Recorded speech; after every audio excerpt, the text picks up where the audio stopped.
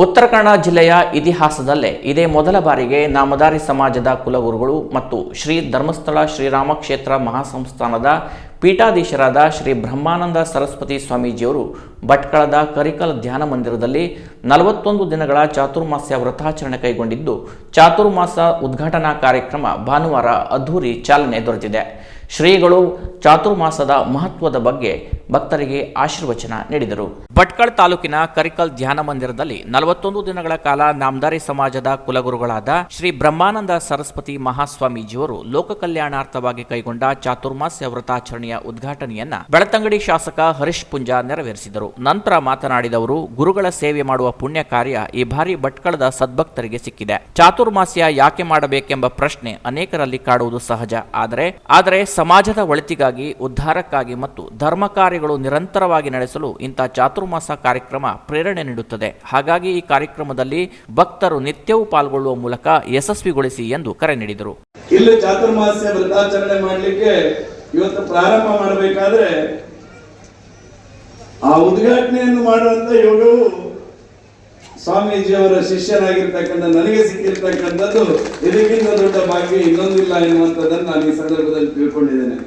ಚಾತುರ್ಮಾಸ್ಯ ವ್ರತಾಚರಣೆಯನ್ನು ಯಾವ ರೀತಿ ಮಾಡಬಹುದು, ಯಾವ ರೀತಿ ಮಾಡಬೇಕಾಗ್ತದೆ ಎನ್ನುವಂತಹ ದೃಷ್ಟಿಯಲ್ಲಿ ಯತಿವರ್ಯರ ಹತ್ರ ನಾನು ಒಂದ್ಸಲ ಹೇಳಿದ್ದೇನೆ, ಸ್ವಾಮೀಜಿಯವರೇ ನಾವು 4 ವರ್ಷ ಇಲ್ಲಿ ಚಾತುರ್ಮಾಸ್ಯ ವ್ರತಾಚರಣೆಯನ್ನು ಮಾಡಿದ್ವಿ, ಏನಾದರೂ ಸಲಹೆ ಸೂಚನೆ ಕೊಡ್ಲಿಕ್ಕೆ ನಾನು ಬೇಕಾದ್ರೆ ಹೋಗ್ತೇನೆ ಅಂತ ಹೇಳಿದ್ದೆ. ಅದಕ್ಕೆ ಸ್ವಾಮೀಜಿಯವರು ಹೇಳಿದ್ರು, ಮಗ ನೀನಲ್ಲಿ ಹೋಗೋದು ಬೇಡ, ನಿನಗಿಂತ ಚಂದ ನಮ್ಮ ಭಟ್ಕಳದ ಭಕ್ತರು ಸೇರಿಕೊಂಡು ಮಾಡ್ತಾರೆ ಅನ್ನುವಂತ ಮಾತನ್ನು ಹೇಳಿದ್ರು. ಪ್ರಾಯಶಃ ಅದನ್ನು ಇವತ್ತು ನೀವು ಸಾಕಾರ ಮಾಡಿದ್ದೀರಿ. ಆ ಕಾರಣಕ್ಕೋಸ್ಕರ ಇಲ್ಲಿಯ ವ್ಯವಸ್ಥೆ ಇರ್ಬೋದು, ಇಲ್ಲಿಯ ಪರಿಸರ ಇರ್ಬೋದು, ನಿಮ್ಮ ಆತಿಥ್ಯ ಇರ್ಬೋದು, ನಿಮ್ಮ ಪ್ರೀತಿ ಇರ್ಬೋದು, ಪ್ರಾಯಶಃ ಅದಕ್ಕೆ ಬೆಲೆ ಕಟ್ಟಲಿಕ್ಕೆ ಸಾಧ್ಯ ಇಲ್ಲ.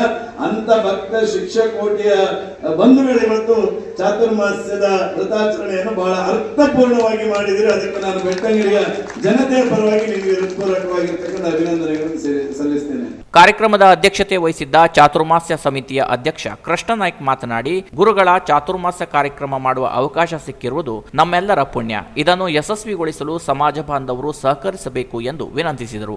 ಈ ಕಾರ್ಯಕ್ರಮ ನಮಗಾಗಿ, ಈ ಭಟ್ಕಳಕ್ಕಾಗಿ ಕೊಟ್ಟಿದ್ದಾರೆ. ಇಡೀ ಉತ್ತರ ಕನ್ನಡ ಜಿಲ್ಲೆಯಲ್ಲಿ ಹಿಂದುಳಿದ ವರ್ಗದವರ ಚಾತುರ್ಮಾಸ ಕಾರ್ಯಕ್ರಮ ನಡೆಯಲಿಲ್ಲ. ಈ ಉತ್ತರ ಕನ್ನಡ ಜಿಲ್ಲೆಗೆ ಒಂದು ಅದ್ಭುತವಾದ ಕಾರ್ಯಕ್ರಮ. ನಮ್ಮಲ್ಲಿ ಹಲವಾರು ವಯಸ್ಸಾದವರಿದ್ರು, ಉದ್ದಿಮೆದಾರರಿದ್ರು, ಈ ನೇತೃತ್ವವನ್ನು ನನಗೆ ಕೊಟ್ಟಿದ್ರು.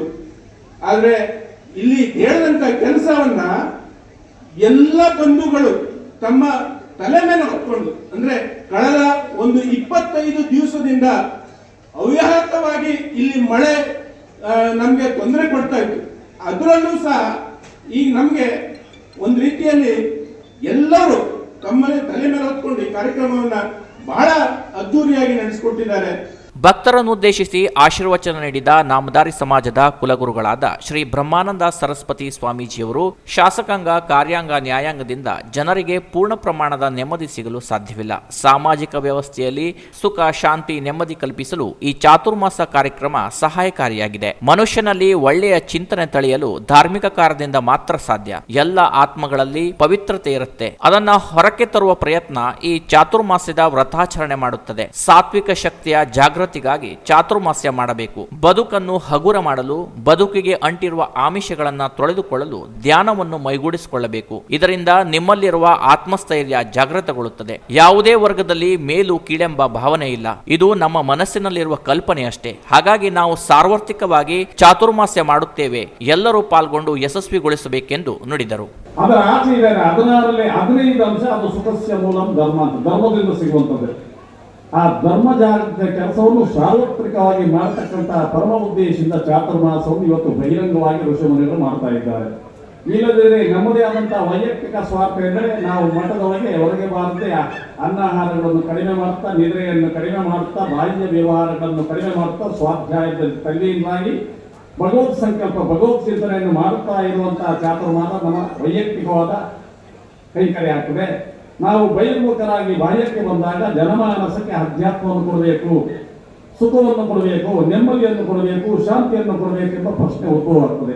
ಕಾರ್ಯಕ್ರಮದಲ್ಲಿ ತಂಜಿಂ ಮತ್ತು ಮುಸ್ಲಿಂ ಸಮಾಜ ಬಾಂಧವರು ಪಾಲ್ಗೊಂಡು ಶ್ರೀಗಳಿಂದ ಆಶೀರ್ವಾದ ಪಡೆದರು. ಬಳಿಕ ಶ್ರೀಗಳು ಭಕ್ತರಿಗೆ ಫಲಮಂತ್ರಾಕ್ಷತೆ ವಿತರಿಸಿ ಆಶೀರ್ವದಿಸಿದರು. ಕಾರ್ಯಕ್ರಮದಲ್ಲಿ ಭಟ್ಕಳದ ಶ್ರೀ ರಾಮಸೇವಾ ಸಮಿತಿ ಅಧ್ಯಕ್ಷ ಶ್ರೀಧರ್ ನಾಯ್ಕ್ ಸ್ವಾಗತಿಸಿದರು. ಉಪನ್ಯಾಸಕ ಕೇಶವ್ ಬಂಗೇರೆ ಪ್ರಾಸ್ತಾವಿಸಿದರು. ಕೃಷ್ಣ ಪೃಥ್ವಿ ವಂದಿಸಿದರು. ಕಾರ್ಯಕ್ರಮದಲ್ಲಿ ಮಾಜಿ ಶಾಸಕ ಜೆಡಿ ನಾಯ್ಕ್, ಭಟ್ಕಳ ನಾಮದಾರಿ ಸಂಘದ ಅಧ್ಯಕ್ಷ ಅರುಣ್ ನಾಯ್ಕ್, ಶಾರದೊಳೆ ನಾಮದಾರಿ ಸಮಾಜದ ಅಧ್ಯಕ್ಷ ಆರ್.ಕೆ. ನಾಯ್ಕ್, ಪ್ರಮುಖರಾದ ಆರ್.ಜಿ. ನಾಯ್ಕ್ ಕುಮಟಾ, ಎಚ್.ಆರ್. ನಾಯ್ಕ್ ಕಾನಳ್ಳಿ, ಸೂರಜ್ ನಾಯ್ಕ್ ಸೋನಿ, ಮಂಜುನಾಥ್ ಯಲ್ಲ ನಾಯ್ಕ್, ಸುರೇಶ್ ನಾಯ್ಕ್ ಹರವಟ್ಟ, ವಾಮನ್ ನಾಯ್ಕ್ ಮಂಕಿ ಇತರರು ಉಪಸ್ಥಿತರಿದ್ದರು. ವೇದಿಕೆ ಕಾರ್ಯಕ್ರಮಕ್ಕೂ ಮುನ್ನ ಭಟ್ಕಳದ ಗುರುಮಠದ ನಿಶ್ಚಲ್ಮಕ್ಕಿ ಶ್ರೀ ವೆಂಕಟರಮಣ ದೇವಾಲಯದಲ್ಲಿ ಪೂಜೆ ಸಲ್ಲಿಸಿದ ಶ್ರೀಗಳನ್ನ ತೆರೆದ ವಾಹನದಲ್ಲಿ ಬೃಹತ್ ಮೆರವಣಿಗೆ ಮೂಲಕ ಕರಿಕಲ್ ಧ್ಯಾನ ಮಂದಿರಕ್ಕೆ ಕರೆತರಲಾಯಿತು. ಈ ಮೆರವಣಿಗೆಯಲ್ಲಿ ಬೈಕ್ಗಳು, ಆಟೋಗಳು, ಕಾರುಗಳು ಸಾಕಷ್ಟು ಸಂಖ್ಯೆಯಲ್ಲಿ ಪಾಲ್ಗೊಳ್ಳುವ ಮೂಲಕ ಶ್ರೀಗಳ ಭವ್ಯ ಮೆರವಣಿಗೆಗೆ ಮೆರುಗು ನೀಡಿದ್ದವು.